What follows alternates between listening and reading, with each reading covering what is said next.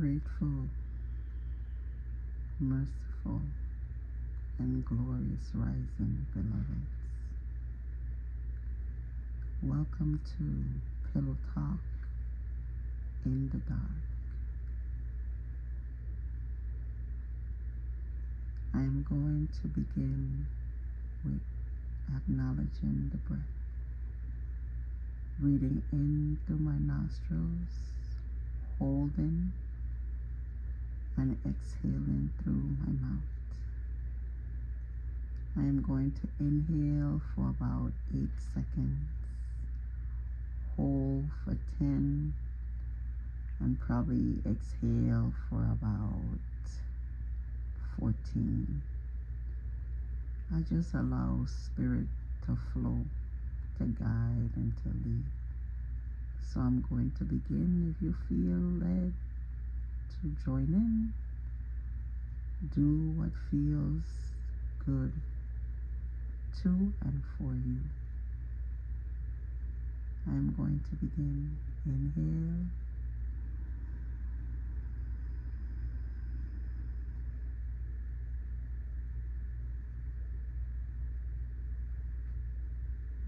Exhale.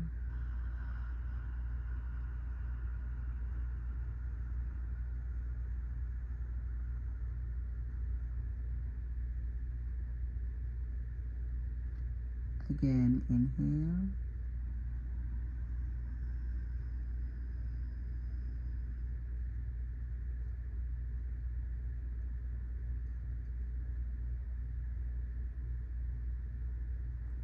Exhale.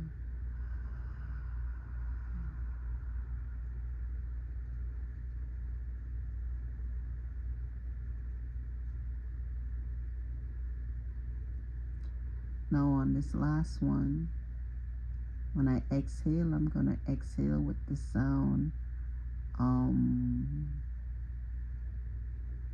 inhale.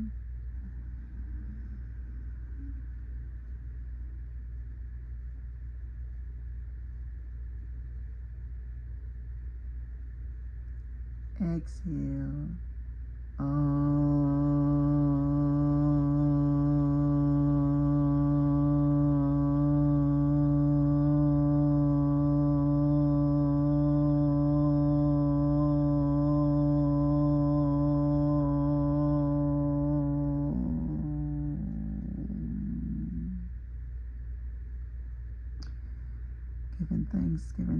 Giving thanks to the Most High, the Most High, the Most High, the source of all. Just giving thanks for the breath of life, the mobility of my limbs, just for being present and open to hear, to receive, to give, to just be a part of the all expanding. I am so grateful, I am so grateful, I am so grateful. Upon rising, I heard the words,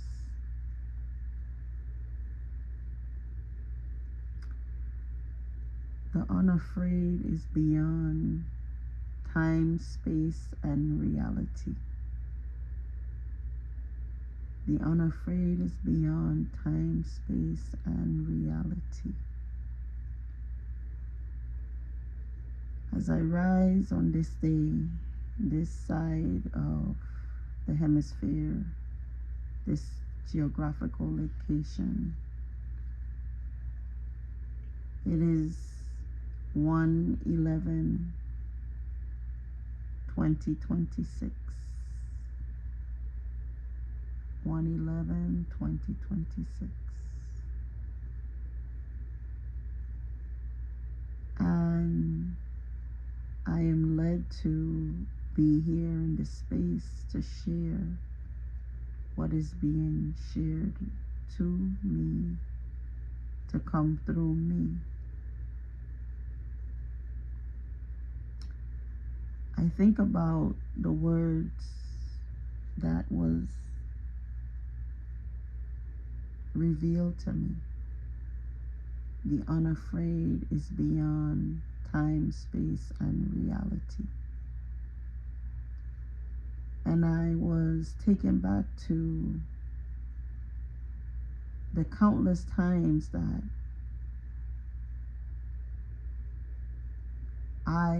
this body, was able to experience things that is beyond time, space, and reality.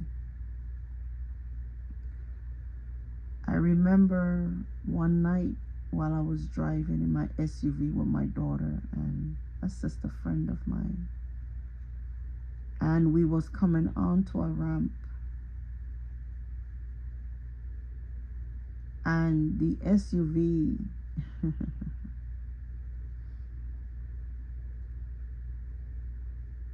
almost got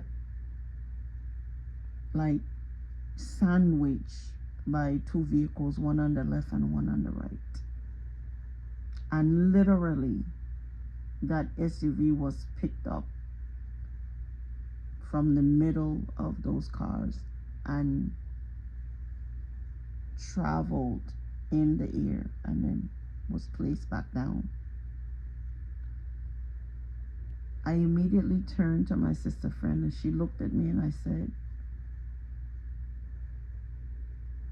"Did you feel that? Did you see that?" And she was like speechless. I don't remember if my daughter remembered. Then I remember one time where I had misplaced the keys for the rental car. I looked all over. I remember calling the rental company and I was distraught. I got a gentleman by the name of Joseph and I started to tell him what was going on. And he proceeded to tell me that if they have to replace the key, it's going to be $385. I said, "What? That is even more than what I owed for the rental at the time." I said, "No." I said, I went outside. I looked in the trash because I thought maybe I have put the keys in the trash, digging in the trash. Came back. I was so upset because one thing I dislike is not able to find something, especially when I know that it was in a certain place. And so I came back in the room and I was upset. And I was on the phone. I don't remember exactly if I had called back the rental company, who I was talking to, but while I was there telling them, I felt a presence entered into the room. I felt breeze, like I felt someone came into the room. And then I immediately heard in my being, "Turn around and look." And when I looked, the keys were right there at the end of the bed. Like somebody had walked in and just placed the key right there on the edge of the bed. I broke down and I started crying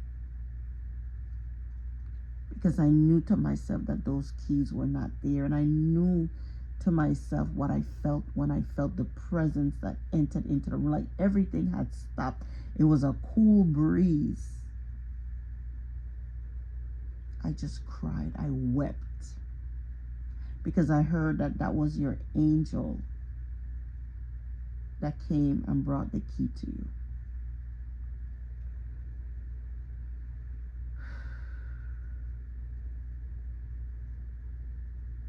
There was another time, and this just happened recently.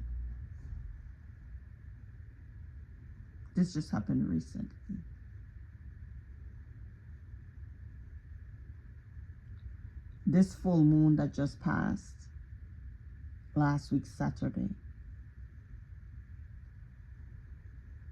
I heard in my being that I needed to do something with the earth.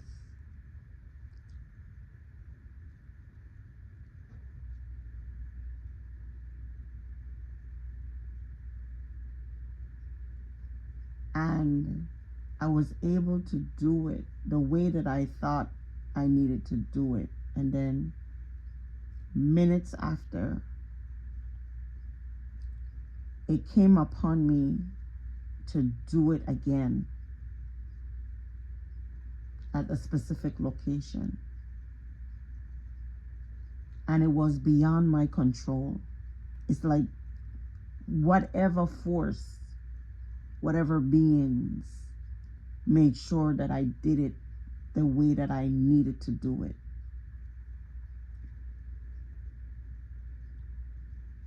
After that, I was able to just be in the presence, in the atmosphere, in that environment, just under the open sky.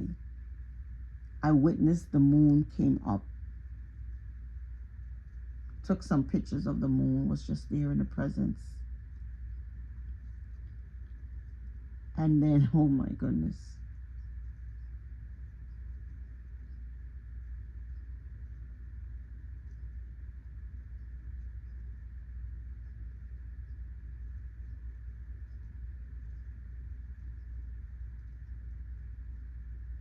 About 3 to 4 days later, an incident happened at that specific location.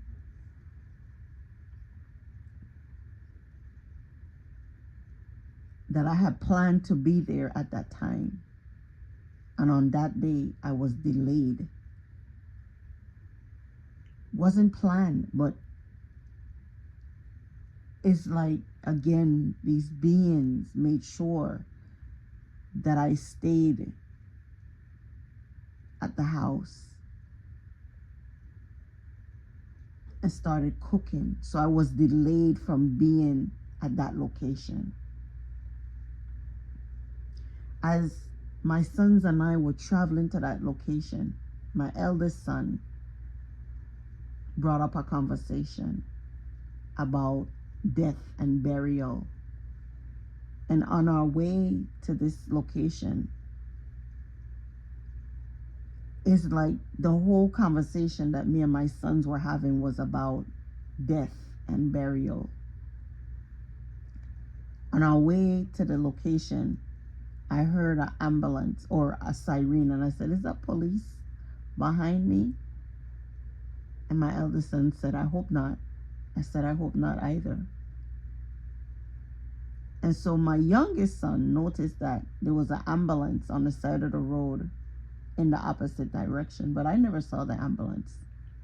But when we got to the location, I saw that there was a rescue vehicle there, and I was like, something happened here. What's going on? But immediately, I got this eerie feeling in my being, like something is not, something is off, because we come to this location very often. And my sons, being their young men, they were so excited. We got to the beach and they got their swimming trunks and everything, prepared. They just ran into the water. And I'm sitting there because I heard something say to me, don't go in the water yet. I was just sitting there in the car looking around, like, don't go in the water yet. And I noticed that one of the rescue workers was on the phone. And my eyes, it's like I heard focus on him. And then I heard him having a conversation on the phone, and he said something about her entire left arm was ripped off. And so I'm like, excuse me, did something happen here? Like, my immediate instinct was to ask him, and he kind of looked at me and put up his finger. I said, I apologize. Like, I'm saying, I apologize. Because you're on the phone, I was apologizing for interrupting him, being rude while he was on the phone. And so he came to me and he said, there was a shark attack. And I was like, what? He said, there was a shark attack. And he said, yeah. the lady, her whole left arm got ripped off. And he said, are those your boys in the water? I was like, yeah. I was already running towards, and he said, tell him to get out. I forgot. Not I forgot. I left my car, the rental car door open with my bag, my keys, my money, everything in there, because all I was thinking about was getting to my sons to tell them, get out the water. I was immediately taken back to like the movie Jaws, I was like, this cannot be happening. And so I walked to them. I didn't run, I walked to them, and I called them, and I was signaling my hand to tell them, come, come, come. And so they was like, what? So as I got closer, because I saw everybody there on the sand, and I was like, there's nobody in the water. Only my two sons. You look down and you see them there just playing, just having fun in the water. Like, nobody told them anything. And so I said, come on, son. They come on. They said, what happened? I said, there was a shark attack. And it was like, what? Because they have been going to that beach since they were little. Like, all they know every time they go to St. Croix is that we want to go to the beach with the red lights. And the red lights are for the turtles. That's what they say. Who knows? Red light may probably mean red light danger. Who the heck knows? Now I'm talking about this because I remember somebody said that, like, those red lights are not for no turtles. Who knows? People be doing things. Oh my goodness. And so I was coming back towards our car, and there was a young lady sitting there on a chair with locks in her hair, and it's like my being said, stop and ask her if she was there. And I asked her, and she said yes. And the way she described the incident, I'm telling you, it was like a movie. I felt like I was in the movie. And so the rescue guy was there, and I was asking him, I was like, is she okay? And he said, I don't think she made it, because when she came out the water, she was already like blue pale, and tragically the woman didn't make it. It was all over the news. It's still on the internet, and what was even like tragic was somebody was recording, and somebody took a picture of the woman while she was laying on the sand and her arm exposed. And what came to me was like, wow, we as a people, we don't even think and take into consideration, what other people are going through or what they might experience from our actions. It's like this social media, this technology, this internet, this camera. The camera now is like, Lord, the camera is God for many. Just record stuff and upload it, not taking into consideration that this woman, she left behind a husband, children, grandchildren, family members, and for them to see that on the internet, on Facebook, whatever, I think is just so disrespectful and such a violation and inconsiderate to her loved ones. But nevertheless, people don't care. They do things for money, because that's what these social media is about. YouTube, Facebook, Instagram, TikTok, all of that stuff. I don't even know what they pay, for videos and views and all of that. I just follow what I hear the beings say. And so that was very disappointing. I mean, I say that, and then in another tongue I say I'm not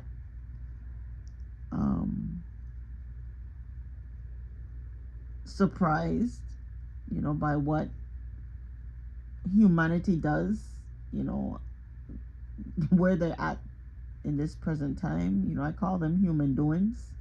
And I say them, I'm included too, because, sometimes I do too. I do too much. Human doing's doing too much. And so I go back to what I heard days prior to that, what to do. And then the next day I was just doing what I do in my daily. And I heard, you remember what we told you, what you needed to do at that location. That was your protection covering. Because remember, we would have been there at that beach had I not been delayed cooking at the house. We would have already been there at that beach, in the water. Only the Most High Source knows the beginning, and I call it the never ending, the in between, knows everything before it happens. And so I am so grateful for the beings that resides in me, the beings that I am connected to. I call it my spiritual team, my protectors, my providers. I am so grateful for the relationship. And I am at a place where the discernment is heightened, the senses is heightened for me to hear and to adhere to what I'm hearing, to follow the instructions, and to be, I call it, obedient. I am so grateful. Despite of what anyone can say or says about their experience with spirit, I know my experience. And so I rely heavily on that guidance that I receive in my being. It has never failed me yet. It has never failed me yet. It has never failed me yet. And I don't think that it will fail me. And so I am so grateful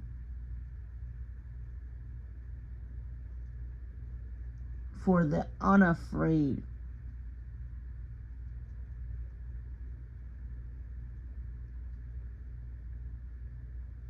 Being more than time, space, and reality. There are some things that we cannot explain with our finiteness, the infiniteness. There are some things that we cannot explain. We read books, we hear stories, and again, not discrediting anything, until we have the experience, for ourselves. And so I am experiencing life with such a joy and a peace and a love within. Like the experiences that I have, just being still and silent, quiet, just being alone, all one with Source. It is the best, best, best, best experience. That I don't have to do anything. I don't have to ask for anything. I don't have to. I'm just grateful. I'm just grateful. I see and I know of some that have way more than I have. And yet I feel the pain that they're in, the agony, the misery, because they think that outside material things and people is what makes them happy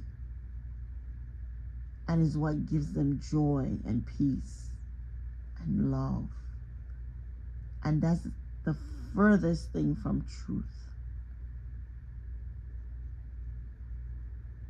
And it's the truth that makes us free. And so I am so grateful to know the truth, to face the truth, to be one with the truth. I've had some mystical beings with some, I've had some mystical experiences with some beings during this lifetime. One of them that I'm often remembered of is one of my teachers that transitioned last year, January, I think. As a matter of fact, I think it was January 14th or January 13th. She transitioned. She was 90 years old. And I remember a meeting that her and I had, and she said to me that I'm going to have to pretend with people. And I know that I'm not a good pretender. However, lately I've been finding myself just flowing, like literally just going along with what people are saying and thinking and being, because it's like it's the best thing for my peace and my sanity, you know, like just don't attempt to change people or save people, because truly I'm not able to. And so I find myself just smiling, you know, from but it's not a, it's not an irritation like how it used to be. It's just like, hey, it is what it is. And it's a laugh, like this is really real, like this is for real, you know. But I just heard in my being, it's acceptance. Yes, thank you. I like to say, I call it the Holy Spirit. Thank you. It's acceptance. I am remembering to accept people for who they are in the moment, in the present. Accept people, accept things. And so I am so grateful for acceptance. I'm so grateful. I'm so grateful. I'm so grateful. Hallelujah. I'm so grateful.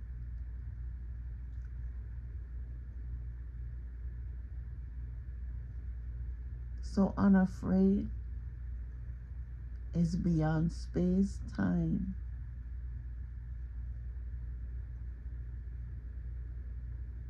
and reality. So beloveds, I share. Who knows? This may never get out to anyone. It may never change anyone's perception or mindset or experience. I just share. Because sometimes I go back and I listen to my sharings and it blesses me. It gives me exactly what I was looking for. And so I just share. And so if you hear my voice and you get something from this pillow talk in the dark, listen, I am grateful. Either way, I am grateful. It is well, it is well, it is well. It is okay. So smile with someone today. Hug someone today. Even if that someone is yourself. Hey, it's worth it. Peace and love, beloveds. Peace and love, beloveds. Peace and love, beloveds. Until next time, peace and love.